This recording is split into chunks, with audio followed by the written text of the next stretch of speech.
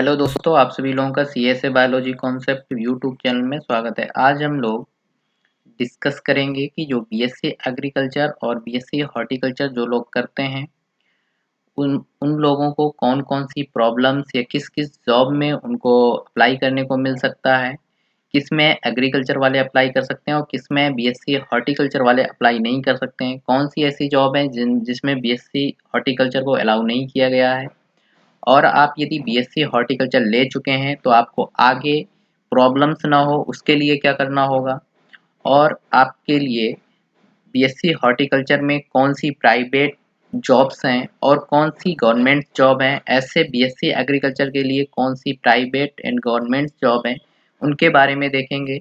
दोनों का हम डिस्कस करेंगे कि कौन बेस्ट स्ट्रीम है, कौन सा बेस्ट सब्जेक्ट है। वैसे तो आप जानते ही हैं कि बीएससी एग्रीकल्चर अच्छा है, लेकिन वैसे भी अब बीएससी हॉर्टिकल्चर को किन किन जॉब्स में अलाउ किया गया है, किस में अलाउ नहीं है, बहुत कन्फ्यूजन रहती है।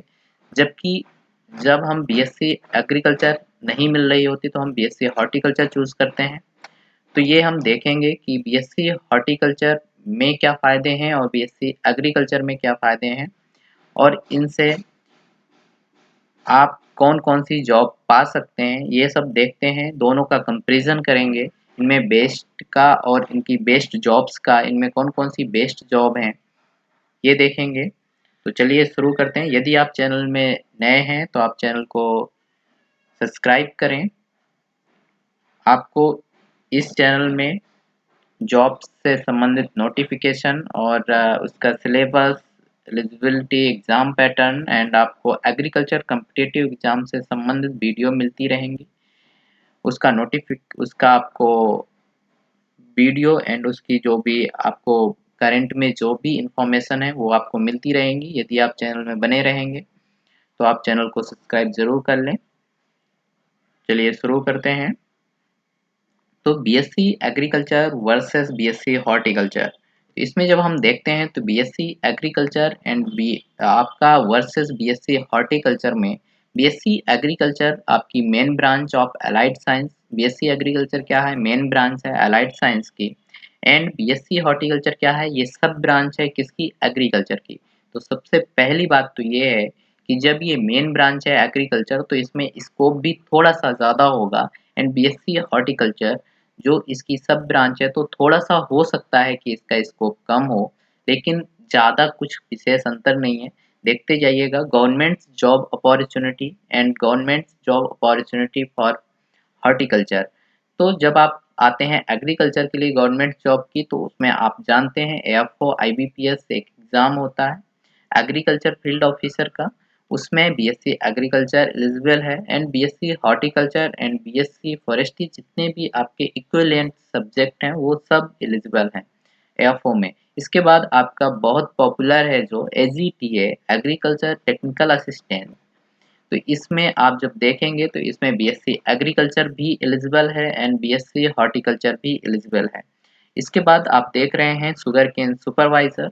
शुगर केन सुपरवाइजर में बीएससी एग्रीकल्चर अलाउ होता है जबकि बीएससी हॉर्टिकल्चर अलाउ नहीं होता है। ये कन्फ्यूजन दूर रखिएगा कि आपको शुगर केन सुपरवाइजर में बीएससी हॉर्टिकल्चर अलाउ हैं आप, ऐसा नहीं है। आने वाले समय का नहीं पता, लेकिन अभी जो करेंट सिचुएशन है उसमें शुगर केन सुपरवाइजर उसमें बीएससी हॉर्टिकल्चर एलिजिबल नहीं है। नाबार्ड असिस्टेंट मैनेजर में आपको बीएससी एग्रीकल्चर ओनली एलिजिबल है।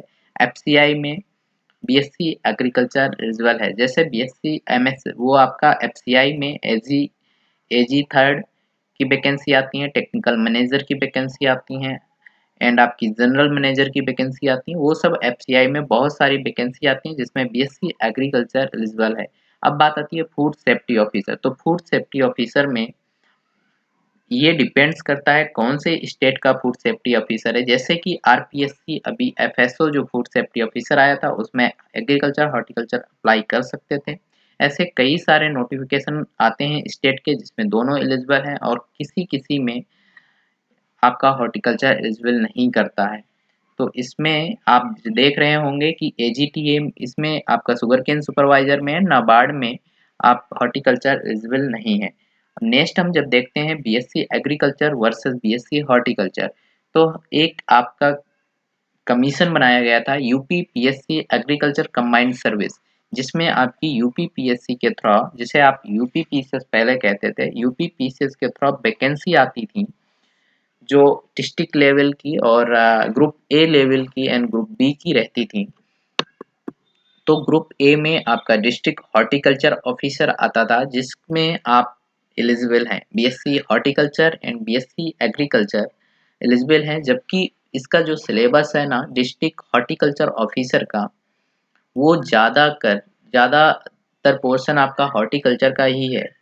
तो एक अच्छा चांस है यदि आप इसकी तैयारी करना चाहते हैं डिस्ट्रिक्ट हॉर्टिकल्चर ऑफिसर, ये जो कि वैकेंसी आने वाली भी है, 2021 में ये वैकेंसी आई हुई थी, अब फिर अगेन वैकेंसी ये आने वाली है। तो इसके बारे में एलिजिबिलिटी एंड इसका आपका सिलेबस एग्जाम पैटर्न आपको वीडियो के डिस्क्रिप्शन में वीडियो की लिंक मिल जाएगी, मैंने ऑलरेडी बना रखी है, उससे आप देख पाएंगे। वो आप जब देखेंगे तो आपको समझ आएगा कि बीएससी हॉर्टिकल्चर का बहुत ज़्यादा सिलेबस इसमें है, एग्रीकल्चर का कम, जबकि हॉर्टिकल्चर का पोर्शन ज़्यादा है। बात आती है एडीओ की, एग्रीकल्चर डेवलपमेंट ऑफिसर। जब एग्रीकल्चर डेवलपमेंट ऑफिसर की बात आती है तो इसमें जैसे स्टेट जो पीसीएस करवाते हैं अलग अलग स्टेट के, वो एडीओ की वैकेंसी निकालते हैं, उसमें आपका बीएससी एग्रीकल्चर अलाउ होता है। क्या होता है? बीएससी एग्रीकल्चर अलाउ होता है और आपका बीएससी हॉर्टिकल्चर उसमें अलाउ नहीं होता है। नेक्स्ट है आपका हॉर्टिकल्चर डेवलपमेंट ऑफिसर। जब एग्रीकल्चर डेवलपमेंट ऑफिसर, तो ऐसे ही वैकेंसी आती हैं हॉर्टिकल्चर डेवलपमेंट ऑफिसर की, जिसमें क्या होता है कि आपको एग्रीकल्चर भी एलिजिबल रहता है एंड हॉर्टिकल्चर भी एलिजिबल रहता है। कहीं कहीं पे ऐसा भी किसी स्टेट्स में है कि जहाँ पे एचडीओ में हॉर्टिकल्चर डेवलपमेंट ऑफिसर में ओनली हॉर्टिकल्चर एलिजिबल रहता है। तो ध्यान रखिएगा कि हॉर्टिकल्चर का कुछ ऐसा नहीं है कि स्कोप कम है, बहुत ज़्यादा है। नेक्स्ट है आपका ऑर्नामेंटल हॉर्टिकल्चरिस्ट। ये कभी कभार वैकेंसी आती हैं जिसमें ओनली हॉर्टिकल्चर एलिजिबल रहता है। हॉर्टिकल्चर एजुकेशन सुपरवाइजर, ये ओनली बीएससी हॉर्टिकल्चर जो किए होते हैं वो ही एलिजिबल होते हैं, इसमें एग्रीकल्चर एलिजिबल नहीं है। नेक्स्ट हम देखेंगे तो नेक्स्ट में है BSc agriculture and BSc horticulture में जो प्राइवेट जॉब हैं, और जो बीएससी हॉर्टिकल्चर में जो प्राइवेट जॉब अपॉर्चुनिटी हैं वो कौन कौन सी हैं, तो देखेंगे। जब बीएससी एग्रीकल्चर की बात आती है तो बीएससी एग्रीकल्चर में आपकी बहुत प्रसिद्ध है इफ्को में। जब इफ्को में आपकी वैकेंसी आती है एजीटी की, एग्रीकल्चर ग्रेजुएट ट्रेनी, जो कि अभी आई हुई हैं, उसका आप नोटिफिकेशन जरूर रीड कर लें। और उसमें जीरो पेमेंट है, जीरो फीस है पेमेंट की, एंड आप उसमें यदि अपेयरिंग स्टूडेंट्स हैं, अभी आप ग्रेजुएट हुए हैं तो आप अप्लाई कर सकते हैं, तो उसमें आप ज़रूर अप्लाई करें। सेकेंड आपका है क्रिप्को, ये प्राइवेट वैकेंसी हैं लिमिटेड एंड सेल्स मैनेजर की आती हैं।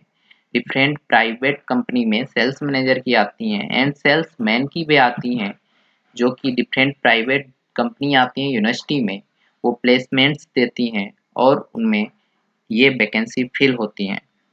और ये आपका यूनिवर्सिटी प्लेसमेंट्स मिलता ही है प्राइवेट कंपनियों में यूनिवर्सिटी के द्वारा। तो प्राइवेट जॉब में मेन आपका बीएससी एग्रीकल्चर में ये स्कोप है, एंड बीएससी हॉर्टिकल्चर में प्रोजेक्ट मैनेजर एंड आपका horticulturist, consultant in horticulture, ornamental horticulturist, landscape designer, nursery staffers and university के जो स्पेशली प्लेसमेंट मिलते हैं वो तो हैं ही, लेकिन हॉर्टिकल्चर की प्राइवेट कंपनियां जो इस तरह के पोस्ट क्रिएट करती हैं और उनको ओनली हॉर्टिकल्चर वाले स्टूडेंट्स को एलिजिबल करती हैं।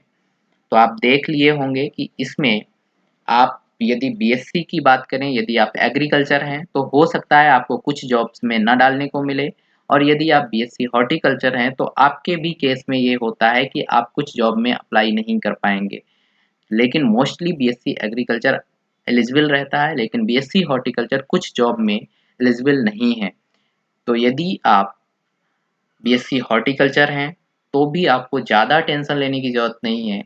कुछ जॉब हैं गवर्नमेंट्स जॉब, जैसे sugar cane supervisor and NABARD and FCI, इनमें आपका बीएससी हॉर्टिकल्चर नहीं है, एलिजिबल नहीं है। यदि आप में मान लो आपने बीएससी हॉर्टिकल्चर कर लिया है, तो आपको क्या करना चाहिए?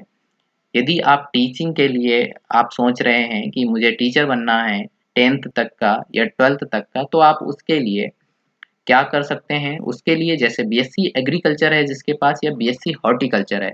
हम बात कर लेते हैं जिसके पास बीएससी हॉर्टिकल्चर है। जिसके पास बीएससी हॉर्टिकल्चर है, वो, यदि हम टीजीटी की बात करें, किसकी? टीजीटी की, 10th तक का जो टीचर होता है, तो उसके लिए आप एलिजिबल नहीं हैं। आप बीएससी करके, बीएससी और बीएड करेंगे। बीएससी और बीएड यदि करते हैं, तो आप टीजीटी के लिए एलिजिबल नहीं हैं, क्योंकि बीएससी आपकी हॉर्टिकल्चर से है। यदि आप बीएससी हॉर्टिकल्चर, बात समझिएगा, यदि आपने क्या किया है कि हमें हॉर्टिकल्चर की मैं जब बात करता हूँ ओनली टीजीटी के लिए, तो टीजीटी में एलिजिबिलिटी होती है ग्रेजुएशन प्लस बीएड। तो बीएड हो गया आपका, बीएससी हॉर्टिकल्चर है, तो आप एलिजिबल नहीं हैं, क्योंकि उसमें बीएससी एग्रीकल्चर मांगता है, तो टीजीटी के लिए एलिजिबल नहीं है। जब बात आती है पीजीटी की, तो पीजीटी के लिए हॉर्टिकल्चर के students BSc horticulture and MSc agriculture के सब्जेक्ट से कर सकते हैं, तो आप पीजीटी के लिए एलिजिबल हैं। आप यदि एमएससी एग्रीकल्चर से करते हैं, तो आप पीजीटी के लिए एलिजिबल हैं। नेक्स्ट आप देखेंगे बीएससी एग्रीकल्चर के लिए, तो एलिजिबिलिटी इसके लिए जो टीजीटी की है, तो आप बीएससी एग्रीकल्चर हैं विद बीएड हैं, तो आप टीजीटी के एलिजिबल हैं। यदि आप बीएससी एग्रीकल्चर और एमएससी एग्रीकल्चर दोनों हैं, तो भी आप पीजीटी के लिए एलिजिबल हैं। कहने का मतलब यहाँ हॉर्टिकल्चर वालों के लिए क्या प्रॉब्लम है कि यदि वो टीजीटी तो वो दे ही नहीं सकते, लेकिन यदि वो पीजीटी देना चाहते हैं, तो उन्हें एमएससी एग्रीकल्चर से करनी होगी। और कहीं-कहीं स्टेट में पीजीटी के लिए बीएड भी रिक्वायर है। बीएड भी वो अपने क्वालिफ़िकेशंस, जो एसेंशियल क्वालिफ़िकेशन है, उसमें मेंशन करते हैं। लेकिन अभी यूपी की यदि बात की जाए, तो पीजीटी का जो एग्ज़ाम होता है, उसमें एसेंशियल क्वालिफ़िकेशन में ओनली आप पोस्ट ग्रेजुएट हैं, जो आपका रिलेटेड सब्जेक्ट है, रिलेवेंट सब्जेक्ट है, तो आप इसमें एलिजिबल हैं। तो कहने का मतलब, यदि आप बीएससी हॉर्टिकल्चर हैं, तो ज़्यादा आपको टेंशन लेने की ज़रूरत नहीं है। यदि आपको ये इन्फॉर्मेशन अच्छी लगी हो, पसंद आई हो, तो आप वीडियो को लाइक, शेयर ज़रूर करें और चैनल को सब्सक्राइब करें। Thank you.